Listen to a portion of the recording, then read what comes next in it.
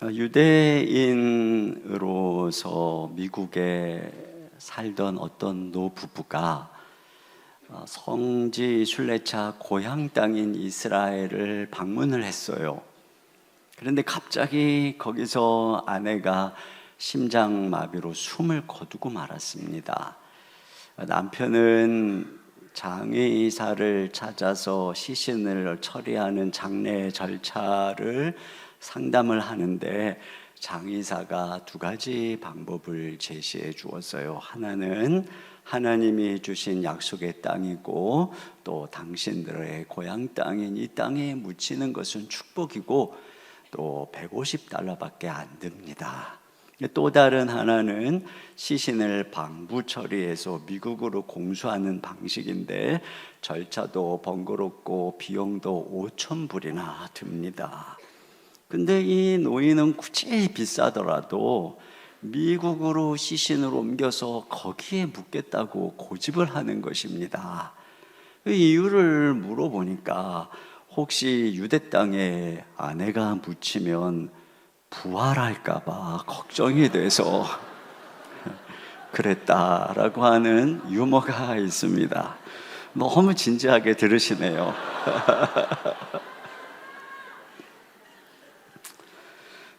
자, 이런 믿음이 없는 사람들의 유머에도 예수님이 부활을 믿는 믿음이 서려 있습니다. 여러분, 예수님의 부활은 사실입니다. 오늘 제가 그 증거를 다 말씀드릴 수가 없어요. 다만 예수님의 부활을 목격한 제자들의 증인됨의 신빙성은 모양을 본 것으로만 있지 않습니다. 여러분, 이 모양만큼, 아니 어떤 면에서는 모양보다 중요한 것은 기억입니다. 이게 추억입니다. 페이스 오프라고 하는 영화를 보면은 그 얼굴을 통째로 이식을 해서 바꿔버리잖아요. 처음에는 아내가 얼굴만 보고 속아요. 그리고 얼굴이 달라진 진짜 남편을 거부합니다. 하지만 결국은 같은 기억, 같은 추억의 공유, 이것으로 누가 진짜 남편인지를 알아차리게 되죠. 그러니까 이것을 보면은 모양보다 중요한 것은 기억이고 추억이라고 하는 것입니다. 제자들이 여인들을 통해서 예수님이 부활하셨다는 소식을 듣고도 믿지 않으니까 예수님께서 제자들에게 친히 나타나서 모습을 보여주십니다. 그 믿지 못하는 그들 앞에서 생선을 직접 잡숫기도 하시고, 또 자신의 손에 못자국, 또 허리에 창자국을 보여주고 만져보라고도 하십니다.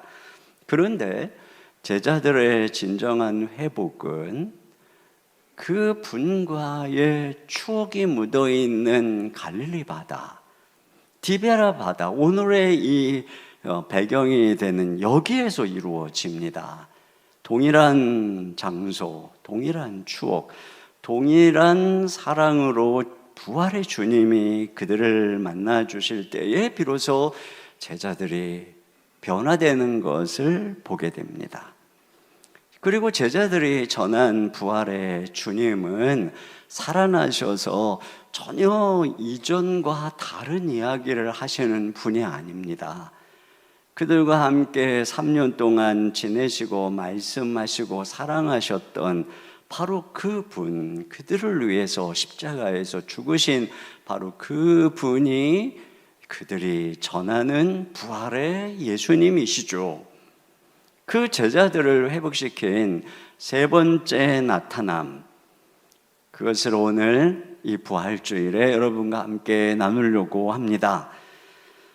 지금 이 배경은 예수님이 갈릴리로 가라고 하신 말씀을 따라서, 거기서 너희를 보겠다고 하신 말씀을 따라서 제자들이 이미 갈릴리에 와 있는 상황이에요. 그런데 갑자기 베드로가 다른 제자들에게 나는 물고기 잡으러 간다, 이렇게 말하고 있어요. 3절 상반절에 보니까 시몬 베드로가 나는 물고기 잡으러 가노라. 왜 뜬금없이 그가 물고기를 잡으러 간다고 하는 것일까요? 여기 요한복음 21장의 분위기를 보면 짐작할 수 있습니다. 주님이 뒤에 보면 숯불 앞에서 3번이나 베드로에게 네가 나를 사랑하느냐라고 묻는 것은 우리가 지난주에 살펴본 것처럼 모닥불 앞에서 계집종 또 여러 사람들 앞에서 그가 3번 부인한 것과 연관이 있어요. 그때 닭울음 소리를 듣고 또 주님의 용서의 눈빛을 경험하고 회개했지만 여전히 그의 마음속에는 죄의 상처가 남아있는 것입니다. 자기는 너무나 비겁한 배신자라고 하는 바로 그 생각을 떨쳐버리기가 어려웠던 것이죠. 그런 면에서 느닷없이 베드로가 나는 물고기 잡으러 간다, 이 말은 나는 더 이상 제자로서 자격이 없어. 내가 회개하고 돌이켰으니 주님이 나를 용서는 하시겠지만 주님이 나를 전처럼 사용하시지는 않을 거야. 그래서 나는 수제자 사표 낸다, 이런 의미인 것이죠. 그러니까 다른 제자들도 맞아, 우리 같은 배신자들은 주님의 제자가 될 자격이 없어. 그러고서 단체로 지금 오늘 등장하는 7명의 제자들이 물고기 잡으러 가고 있는 내용인 것이죠. 단체로 지금 사표를 내고 있는 것입니다. 3절을 다시 한번 보겠습니다. 시작. 시몬 베드로가 나는 물고기 잡으러 가노라 하니 그들이 우리도 함께 가겠다 하고 나가서 배에 올랐으나. 그렇습니다. 그러니까 예전에 그들이 버렸던 그물을 다시 잡고 옛 직업으로 돌아간 것입니다. 여러분, 죄는 이렇게 깊은 상처를 남기고 우리를 뒤로 물러서게 합니다. 그래서 오늘도 이들처럼 나는 자격이 없어, 하나님이 나 같은 사람을 쓰시지 않을 거야, 그런 분들이 계세요. 한때 주님을 열심히 섬겼던 기억, 추억은 그저 가슴 아프게 묻어두고 교회와는 점점 멀어지고 다시 옛날로 세상으로 돌아가는 그런 분들이 계세요. 과연 제자들은 어떻게 회복이 되는가? 오늘 여기서 우리가 발견하는 것은 그들에게 참 신기한 일이 일어나고 있는데, 그것은 바로 주님이 그들을 처음 부를 때에 똑같은 사건이 반복되고 있다라고 하는 것이에요. 3년 전 일이 데자비처럼 그들에게 반복되고 있다는 것입니다. 이 사건을 통해서 우리가 발견하는 첫 번째 메시지는 뭐냐면은 신자에게는 퇴로가 없다라고 하는 것입니다. 먼저는 3년 전에 실패가 반복되고 있어요. 3절 하반절 다 같이요. 시작. 그날 밤에 아무것도 잡지 못하였더니. 네, 사실 우리가 아는 것처럼 3년 전에도 똑같은 일이 있었습니다. 그날도 밤이 새도록 그물질을 했는데 한 마리도 못 잡았어요. 그게 누가복음 5장 5절에 기록되어 있습니다. 다 같이 읽습니다. 시작. 시몬이 대답하여 이르되 선생님, 우리들이 밤이 새도록 수고하였으되 잡은 것이 없지만은. 네, 이때 이미 사실은 예수님이 베드로를 불렀어요. 그 전에 이미. 근데 베드로가 고기 잡는 업으로서 생업이 너무 바빠가지고 주님의 말씀을 들을 시간도 잘 못 내고 부르심을 외면하고 있을 때였습니다. 그런데 그날 밤 이상하게 밤새도록 고기를 한 마리도 못 잡았는데, 그 일로 인해서 이제 그 다음 날에 주님을 새벽에 만난 것인데요. 지금 이 상황이 비슷해요. 3년 전 그날 밤처럼 그들이 고기를 한 마리도 못 잡았다, 그 내용이죠. 3년 전에 버렸던 그물을 다시 붙든 그들에게, 옛 생활로 돌아간 그들에게 데자비처럼 신기하게 3년 전에 시계가 다시 돌아가고 있는 것입니다. 우연이라고 하기에는 너무나도 같은 정황에서 같은 사건이 정확하게 같은 방식으로 반복되고 있는 것이죠. 여러분, 이게 우연이 아니라면 무엇이 같은 사건을 그들의 인생에 다시 반복하게 하는 걸까요? 그 실패의 작동하는 원리, 하나님의 의도적 섭리의 손길을 우리는 3년 전 사건에서 찾을 수 있습니다. 그때 간밤에 밤새도록 수고하였지만 물고기를 한 마리도 못 잡은 것이 우연이 아니라고 생각할 수밖에 없는 것은 그 사건으로 인해서 그 다음날 베드로 인생에 전환이 마련되는 만남이 있었기 때문에 그렇습니다. 만약에 그 간밤에 실패가 없었다면 그날 아침에도 물고기 세느라, 그 물고기 내다 파느라 주님 말씀을 들을 시간이 없었을 것입니다. 그런데 그날 배가 비어 있었기 때문에 예수님은 베드로의 배에 올랐어요. 그리고 베드로는 그 말씀을 집중해서 듣게 되었습니다. 그리고 그 말씀에 순종해서 다 그물을 내렸을 때 만선의 축복을 경험하면서 그 놀라우신 주님 앞에 무릎을 꿇게 된 것이죠. 그때 만난 거예요. 여러분, 하나님께서 베드로를 선택한 것은 이미 만세전인 것입니다. 그를 제자로 삼고 그를 사도로 삼기로 작정한 것은 이미 오래전 만세전의 계획인 것입니다. 그런 면에서 지난밤의 실패는 베드로가 그날따라 감이 안 좋아서 코스를 잘못 잡아서 재수가 없어서 그래서 물고기를 못 잡은 것이 아니라 하나님의 그를 부르시기 위한 섭리 가운데 있었던 것입니다. 그를 부르기 위해서 하나님이 그날 밤에 특별히 갈릴 바다의 모든 물고기를 다 비상을 걸었던 것이죠. 그런 면에서 그 모든 사건은 우연이 아니라 우리 주님의 계획과 섭리 안에 일어나고 있는 계획된 작동하는 시나리오였던 것입니다. 여러분, 우리에게도 마찬가지예요. 우리의 실패로 인해서 우리가 주님을 만났다면, 그래서 우리가 지금 이 자리에 있다면 여러분, 그 실패는 우연이 아닌 것입니다. 저는 이 말씀만 생각하면 떠오르는 저의 가슴 아픈 실패의 밤이 있어요. 그것은 대학 실패였습니다. 물론 저는 그 까닭에 주님을 만났고 지금 여기까지 오게 됐습니다만, 그래도 항상 제 마음 한구석에는 그때 내가 밀려 쓴 것일까? 내가 어떤 과목에 시험지 이름을 안 쓴 것일까? 왜 하필이면 시험 일주일을 앞에 두고 나는 병원에 입원을 해야 했을까? 별의별 아쉬움, 섭섭함, 이런 것들이 제 마음을 오랜 시간 동안 떠나지 않았었어요. 아마 여러분들도 그런 예들이 많을 것입니다. 그러던 어느 날 제가 이 말씀을 묵상할 때에 그날 아침 주님이 저에게 이렇게 말씀하시는 것 같았어요.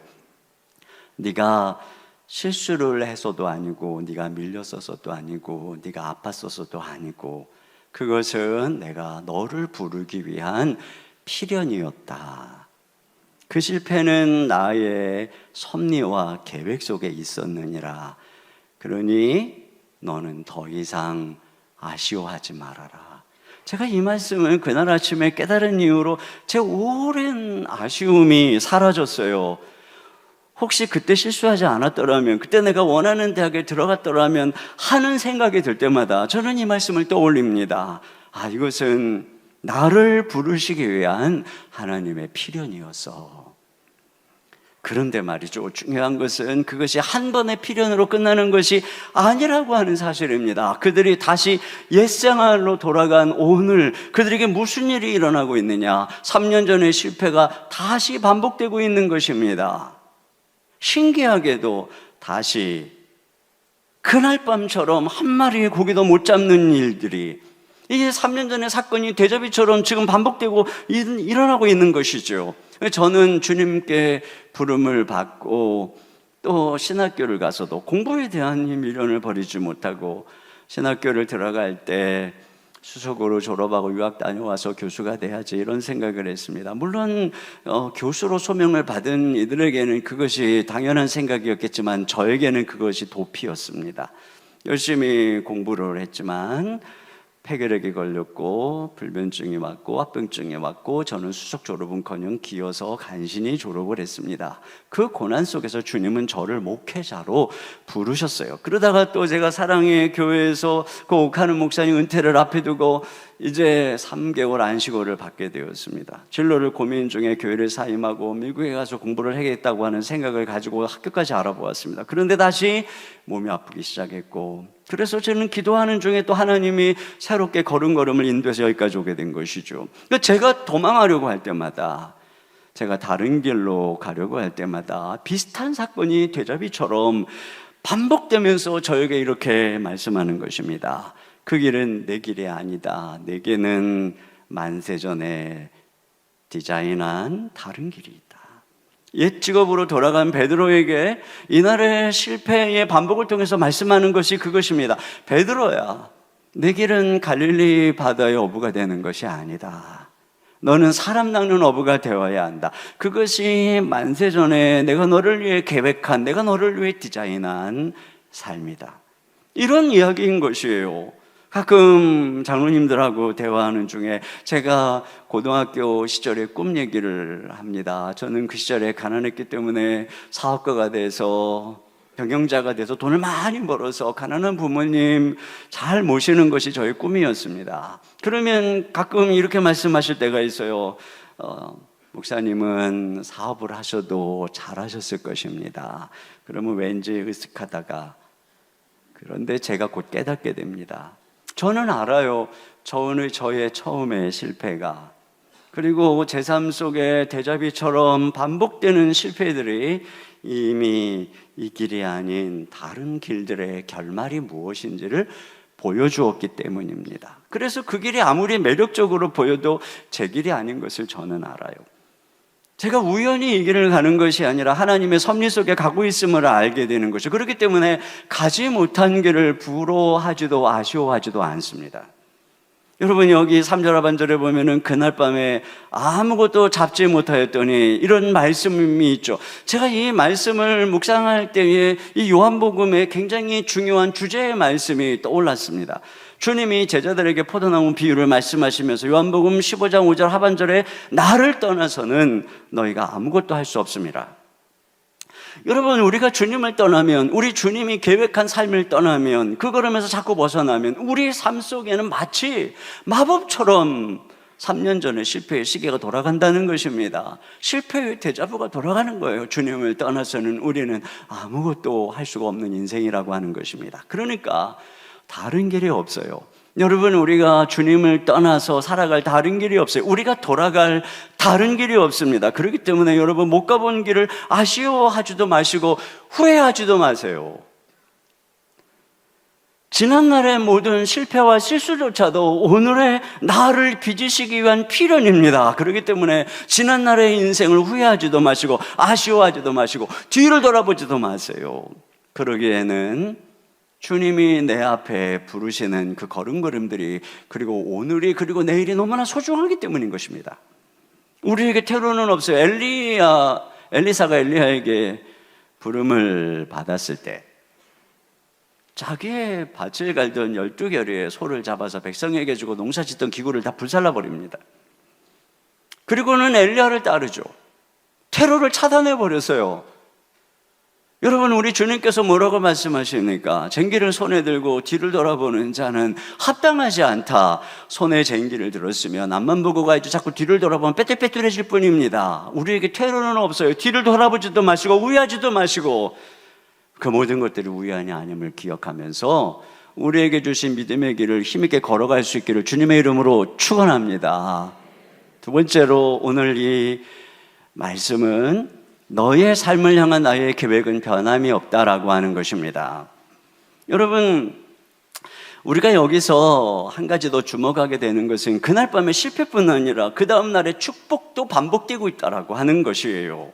그래서 여기 그날 아침에 이제 밤새 고기를 못 잡고 이제 아침이 돼가는데 해변에 주님이 나타나시죠. 그리고 너희들에게 고기가 있느냐라고 물어보시고는 없다고 그러니까 주님께서 배 오른편에 그물을 던지라 이렇게 말씀하십니다. 그래서 그들의 말씀대로 그물을 던지니 어떤 일이 일어났는가? 여기 6절 하반절입니다. 다 같이요. 시작. 던졌더니 물고기가 많아 그물을 들 수 없더라. 네. 그들이 그물을 둘 수 없을 정도로 물고기를 많이 잡게 되는데 바로 이것이 3년 전에 일어났던 사건과 똑같아요. 누가복음 5장 6절 말씀 다 같이 보겠습니다. 시작. 그렇게 하니 물고기를 잡은 것이 심이 많아 그물이 찢어지는지라. 네, 이거 보세요. 그러니까 실패의 그 시계만 다시 돌아가는 것이 아니라 축복의 시계도 다시 돌아가고 있어요. 여러분, 3년 전 만선의 축복을 통해서 베드로에게 일어난 일이 무엇일까요? 그 기적 같은 일 앞에서 드디어 베드로가 주님 앞에 무릎을 꿇잖아요.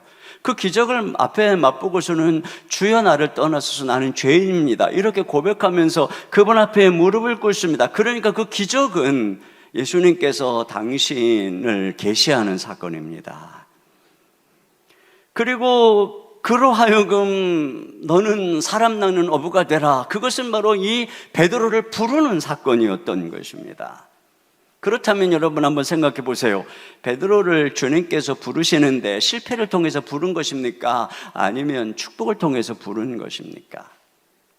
베드로가 주님 앞에 무릎을 꿇고 그분을 주님이라고 고백하게 된 것은 실패 때문이 아닙니다. 그날 아침에 경험한 이 만선의 놀라운 축복 때문인 것이죠. 여러분, 무당은 귀신은 말이에요. 무당을 부를 때 신병이라고 하는 병을 주어서 그를 협박해서 부릅니다. 그런데 여러분, 우리 주 예수님은 그런 분이 아니에요. 아주 동네에 못된 건달이 동네의 어떤 아가씨를 좋아합니다. 그런데 그 아가씨를 마음을 살 다른 방법이 없으니까 그가 쓰는 방법은 협박, 납치, 그런 거예요. 그러나 멋진 왕자님은 자기가 사랑하는 아가씨에게 협박할 이유도 없고 납치할 이유도 없어요. 자신의 멋짐으로, 자신의 감동적이고 멋진 사랑의 부요함으로 그 여인에게 프로포즈하고 마음을 사겠죠. 여러분, 이것이 우리 주 예수님의 방법입니다. 그래서 예수님께서는 오늘 이와 같이 축복으로 말이죠. 여러분, 예수님이 아브라함을 부를 때 축복으로 부르셨습니다. 이삭도 마찬가지입니다. 요셉에게도 얼마나 놀라운 꿈과 축복으로 그를 부르고 있는가를 우리가 보게 되는 것이죠. 제가 주님께 무릎을 꿇었던 것도 실패 때문이 아니에요. 20살의 실패의 세라림 속에서 우울함으로 대학생활을 시작했지만 저는 거기서 예수님을 만났습니다. 그리고 매일 새벽 사랑하는 주님의 말씀을 묵상하기 위해서 잠을 깨고 도서관을 달려가서 말씀을 펴고 그 말씀을 묵상할 때 다가오시는 주님의 사랑, 그 음성 앞에 감격과 기쁨의 눈물을 흘렸습니다. 그리고 때로는 그 감격을 주체하지 못해서 아직은 해가 동터오는 그 뒷산에, 캠퍼스 뒷산에 올라가서 찬양하면서 눈물을 흘리면서 떠오르는 햇살과 더불어 반짝이는 나뭇잎 사이로 그렇게 쏟아지는 기쁨과 사랑 속에서 그렇게 주님과 교제했습니다. 그렇게 저를 만나주시는 주님의 은혜 속에서 가난한 부모님 실패의 상처, 열등감, 이것으로 텅 빈 저의 마음이 날마다 주님의 은혜로 축복으로 채워지고 만선의 축복을 경험하게 되었죠. 그렇게 그 시절이 저에게 너무나도 환하고 빛나던 그 시절, 영적으로 말이죠. 그렇게 지내던 그해 겨울, 저는 주님 앞에 무릎을 꿇었습니다. 제 나이 20살 겨울, 주님께 너무나도 놀라운 주님 앞에 저는 제 인생에 무릎을 꿇었습니다. 예수님은 이렇게 우리를 축복으로 부르시는 분입니다.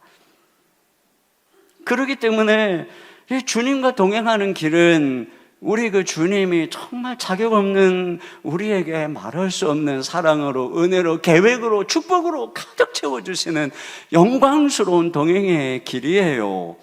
그렇기 때문에 우리가 주님을 따라가는 그 길은 그분의 놀라운 은혜, 그분의 놀라운 영광에 대한 찬송의 길입니다. 주가 크신 은혜 내려 나를 항상 돌보시고 많은 영광 보여주며 나와 함께 가시네. 자, 이것이 우리 주님이 우리를 부르시는 방법인데, 근데 보세요.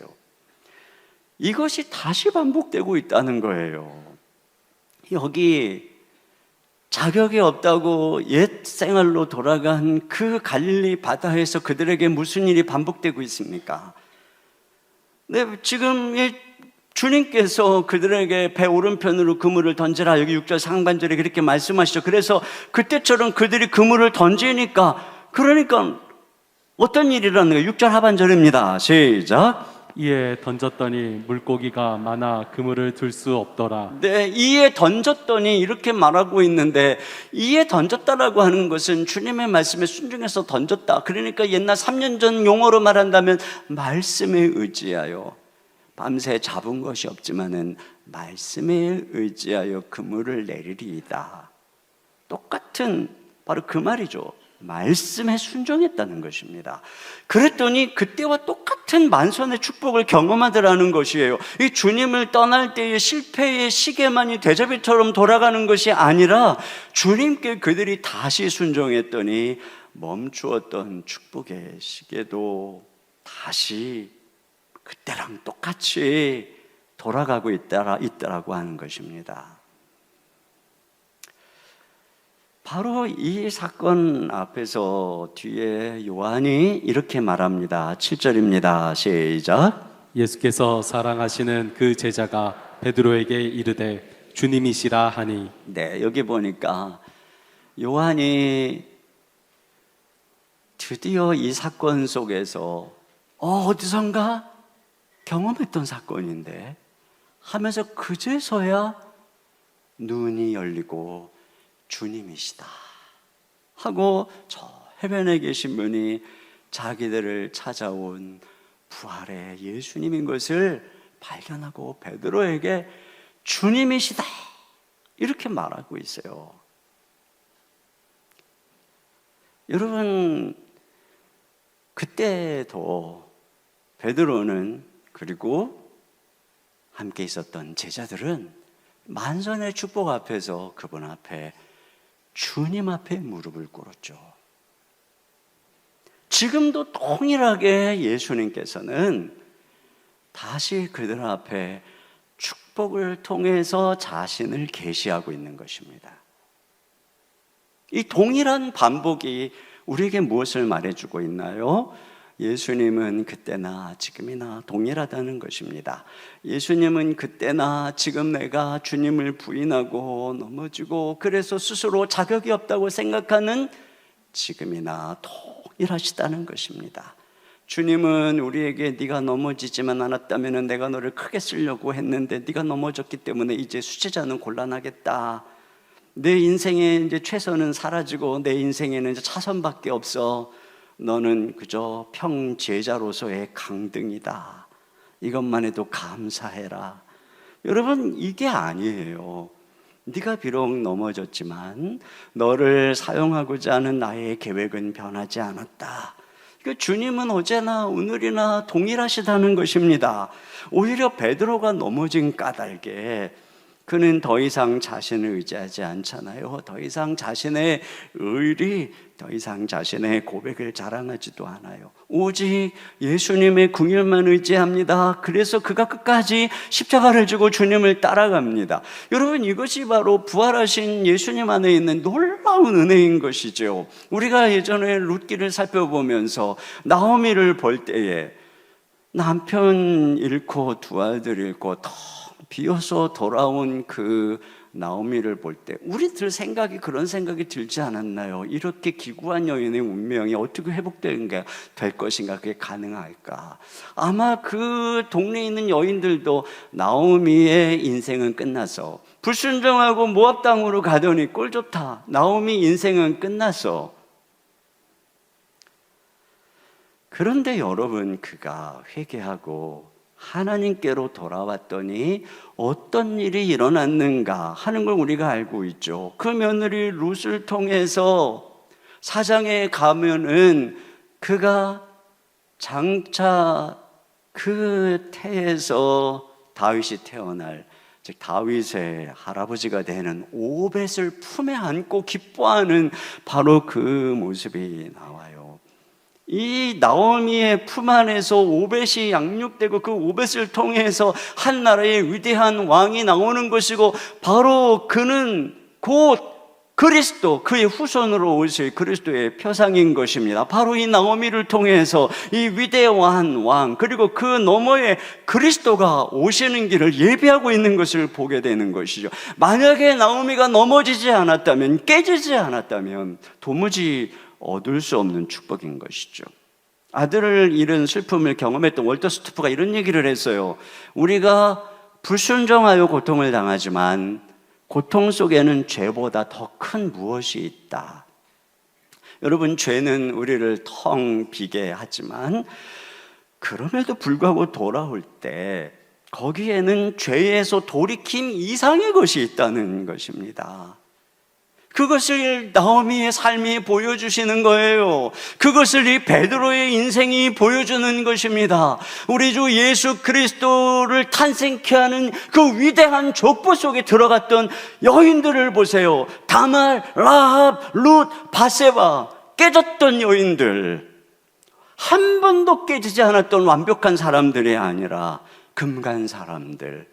여러분, 그들이 돌아올 때 주님은 그들을 통해서 얼마나 놀라운 일들을 이루시는가 하는 것을 보게 되는 것입니다. 그것이 어떻게 가능한가요?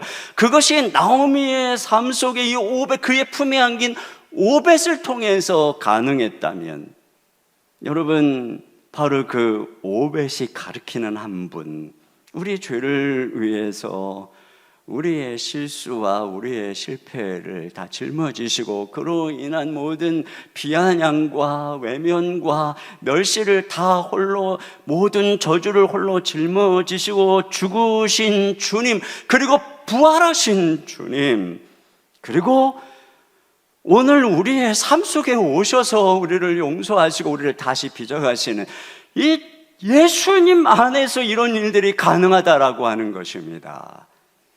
그저 저절로 우연히가 아니라, 이 세상에 우연히 일어나는 것은 없어요.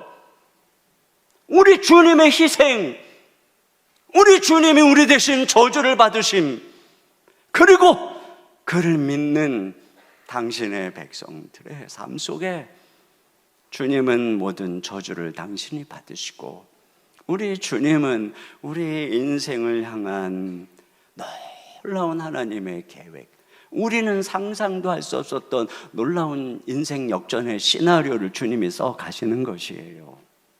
이것이 바로 부활하신 예수님 안에 숨겨진 신기한 마법 같은 이야기인 것입니다. 그것이 우선 동화에서만 있을 법한 이야기가 아니라 바로 부활하신 예수님을 믿고 그분을 따라 걸어가는 저와 여러분의 삶 속에서 펼쳐지는 바로 그러한 놀라운 역전 인생의 축복의 이야기인 줄로 믿으시기를 주님의 이름으로 축원합니다. 여기 이제 마지막으로 주님께서는 그 베드로에게 네가 나를 사랑하느냐 이렇게 물으세요. 예수님께 달려간 베드로에게 주님은 숯불을 펴놓고 그 숯불 위에 떡을 구우시고 생선을 올려놓으시고 묻습니다. 그날 계집종 앞에서 부인했던 그 모닥불을 연상케 하는 그 숯불 앞에서 주님이 묻죠. 네가 나를 사랑하느냐. 여러분, 3번 예수님을 부인한 베드로에게 3번 물어보시죠. 그랬더니 베드로가 3번 제가 예수님을 사랑합니다. 주님, 제가 주님 사랑하는 줄 주님이 아십니다. 이렇게 고백을 하니까 예수님께서 내 양을 먹여라 이렇게 말씀하십니다. 여러분, 이것을 통해서 우리가 보게 되는 것은 무엇이냐면은 우리가 예수님을 사랑하는 것이야말로 주님의 양을 먹이는 사명자의 자격이구나 하는 것을 발견하게 되죠. 그렇다면 여러분, 우리가 예수님을 사랑하는 것의 의미가 무엇일까요? 이것은 네가 앞으로 나를 배신하지 않고 나를 사랑해야만 너는 사명자의 길에 갈 수 있단다, 그런 의미가 아닌 것입니다. 네가 전에 부인한 것처럼 또다시 나를 부인하면 너는 내 양을 먹이는 사명자로서 자격 탈락이다, 이런 말씀을 하시는 것도 아닙니다. 여러분, 우리가 예수님을 사랑하는 이유는, 우리가 예수님께 예수님 사랑합니다라고 고백할 수 있는 이유는 먼저 예수님이 우리를 찾아오셨기 때문에, 우리가 죄인 되었을 때에 우리를 사랑하시고 우리를 찾아오셨기 때문에, 우리가 넘어졌음에도 불구하고 우리를 용서하시고 변함없는 사랑으로 우리를 사랑하시기 때문에 우리는 그 예수님께 고백할 수 있는 것입니다. 예수님, 제가 당신을 사랑합니다. 마찬가지예요. 오늘 베드로가 예수님 앞에서 내가 주님을 사랑합니다라고 고백할 수 있는 이유는 처절하게 넘어지고 스스로 나는 자격이 없어, 나는 예수님의 수제자의 자격이 없어, 그러면서 옛생활로 돌아간 그에게 변함없이 3년 전과 동일하게 찾아오셔서 베드로야, 너를 향한 나의 사랑은 변함이 없다. 베드로야, 너를 향한 나의 계획은 하나도 변함이 없다. 너는 여전히 내 수제자다. 너는 여전히 반석이다. 내가 너의 반석 위에 교회를 세울 거야. 내가 너를 절대로 버리지 않는다. 이렇게 찾아오신 예수님의 그 사랑 때문인 것이에요. 그러니까 아마도 요한이 주님이시다 하는 그 말 앞에 베드로가 겉옷도 벗지 않고 그냥 그 물 위로 뛰어들어서 막 주님에게로 달려갑니다. 분명히 베드로는 눈물을 흘리고 있었을 거예요. 눈물을 흘리면서 주님께 달려가고 있었을 것입니다. 그 베드로에게 네가 나를 사랑하느냐라고 묻는 질문은 베드로의 신실함을 묻는 질문이 아닙니다. 네가 이 사랑을 아느냐? 네가 이 사랑을 날마다 경험하고 있느냐? 네가 이 사랑을 의지해서 일어나고 있느냐? 너 그렇게 할 수 있느냐? 만약에 그렇다면 너는 내 어린 양을 먹일 수 있다. 네가 날마다 내 어린 양을 먹이면서 이런저런 상처를 경험한다 할지라도 너는 이 사랑을 힘입어서 일어날 수 있니? 그렇다면 너는 내 양을 칠 수 있어. 바로 그 말씀인 것이에요. 여러분, 우리는 우리의 의지, 우리의 결심으로, 우리의 인격으로 사역하는 것이 아닙니다. 우리를 자격 없이 사랑하시는 주님의 영원한 사랑, 오늘 이 데자뷰처럼 우리에게 반복되게 끊임없이 찾아오고 또 찾아오시는 예수님의 이 엄청난 사랑, 그 사랑으로 다시 일어나고 또 일어날 때 우리는 이 사명의 길을 걸어갈 수 있는 것이에요. 이런 은혜를 생각할 때마다 제 삶 속에 떠오르는 한 가지 이야기가 있어요. 우리 아이가 5살쯤 되었을 때 이야기인데, 어느 날 바깥에서 놀다가 친구들에게 왕따를 당했는지 슬픈 얼굴로 들어왔어요. 소파 저쪽에 발장을 끼고 매우 슬픈 표정을 갖고 5살 된 저의 첫째 딸 수아가 앉아 있었어요. 제가 그 아이를 보니 너무 슬퍼 보여서 얘기했죠. 수아야, 왜 친구가 안 놀아줘? 친구가 너만 빼고 자기들끼리 노나 보구나, 그렇다는 거예요. 그러면서 눈물이 글썽글썽한 거예요. 그래서 제가 찾았다 옆에 다가갔어요. 그리고 안아주면서 너 그래서 마음이 너무 슬프겠구나, 그렇다는 거예요. 그래서 제가 그 아이를 꼭 안아주었어요. 그러면서 이렇게 이야기를 했어요. 수아야, 그래도 아빠는 우리 수아가 최고야. 아빠는 우리 수아가 제일 예뻐. 너 하나님이 얼마나 너를 사랑하시는 줄 아니? 너는 대단한 아이야. 아빠는 우리 수아가 너무너무 사랑스러워. 그래서 제가 꼭 안아주었어요. 그랬더니 제 품에 안겨서 눈물을 흘리던 아이가 조금 있으니까 표정이 달라지더니 일어나서는 아빠, 저 나가서 친구들이랑 놀고 올게요. 그러더니 씩씩하게 일어나서 총총거리면서 다시 우리 집 앞에 있는 그 놀이터로 가는 거예요. 그래서 제가 거실 창으로 이렇게 내다보니까 거기 있는 그 모여있는 애들 틈바구니에 들어가서 뭐라고 얘기하더니 또 애들이 금방 화해를 했는지 막 너무 재밌게 놀더라고요. 저는 그 모습이 선명해요.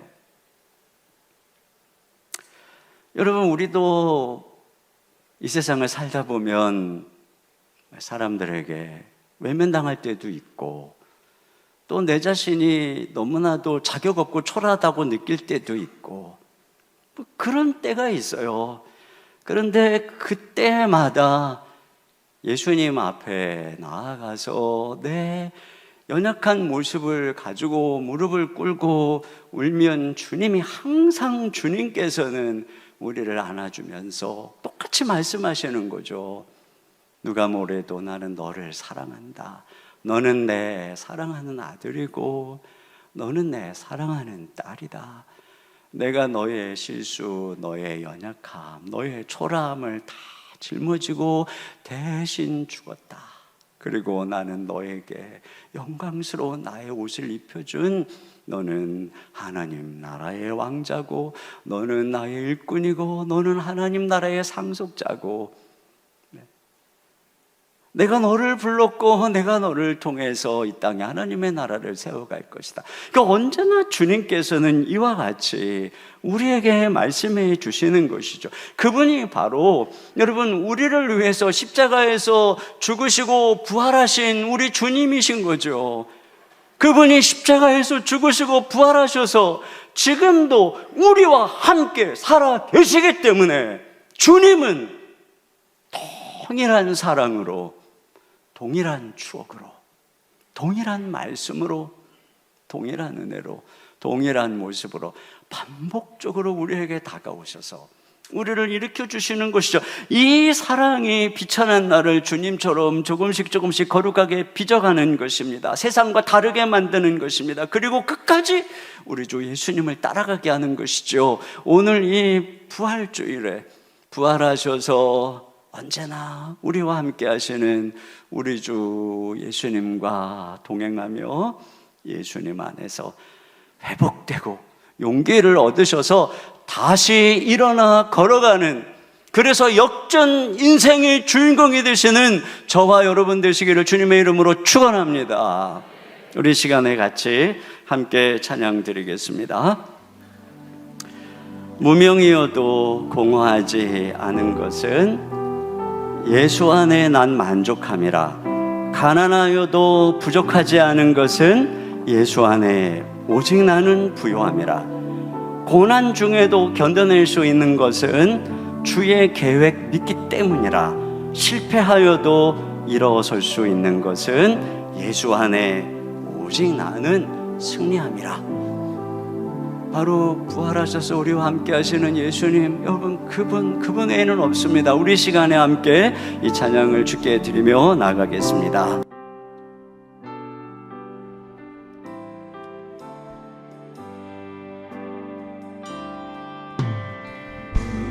무명이어도 공허하지 않은 것은 예수 안에 나만 만족함이라. 가난하여도 부족하지 않은 것은 예수 안에 오직 나는 부요함이라. 고난 중에도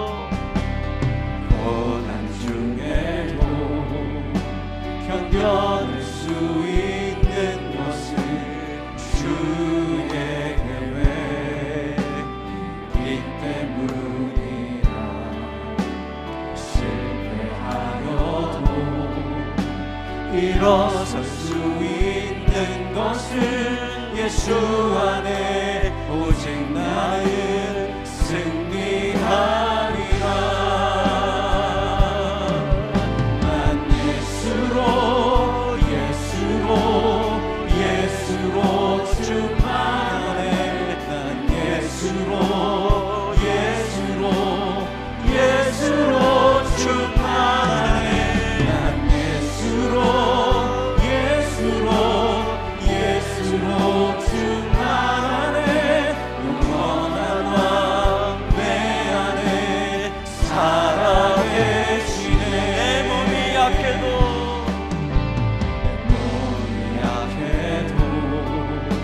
낙심하지 않는 것을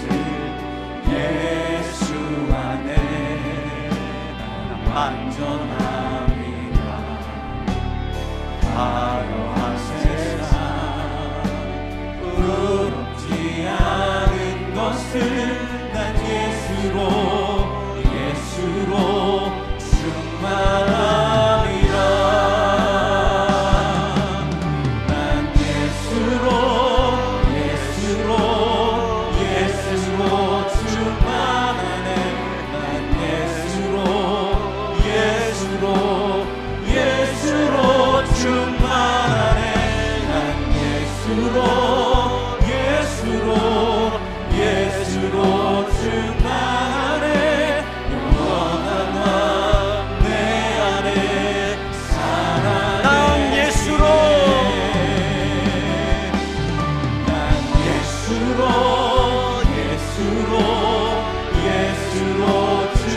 충만하네. 난 예수로 충만하네. 난 예수로 충만하네. 영원한 왕 내 안에 살아내. 그 예수님께 고백합니다. 사랑합니다. 나의 예수님 사랑합니다. 아주 많이요. 사랑합니다. 나의 예수님 사랑합니다. 그것뿐이에요. 주님이 여러분에게 말씀하십니다.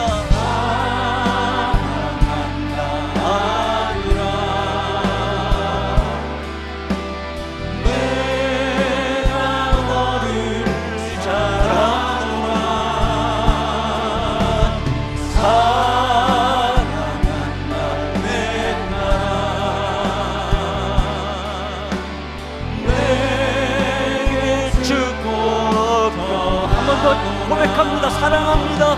나의 예수님, 나의 예수님 사랑합니다. 아주 많이요. 사랑합니다. 나의 예수님 사랑합니다. 그것뿐이에요. 두 손 들고 찬양합니다.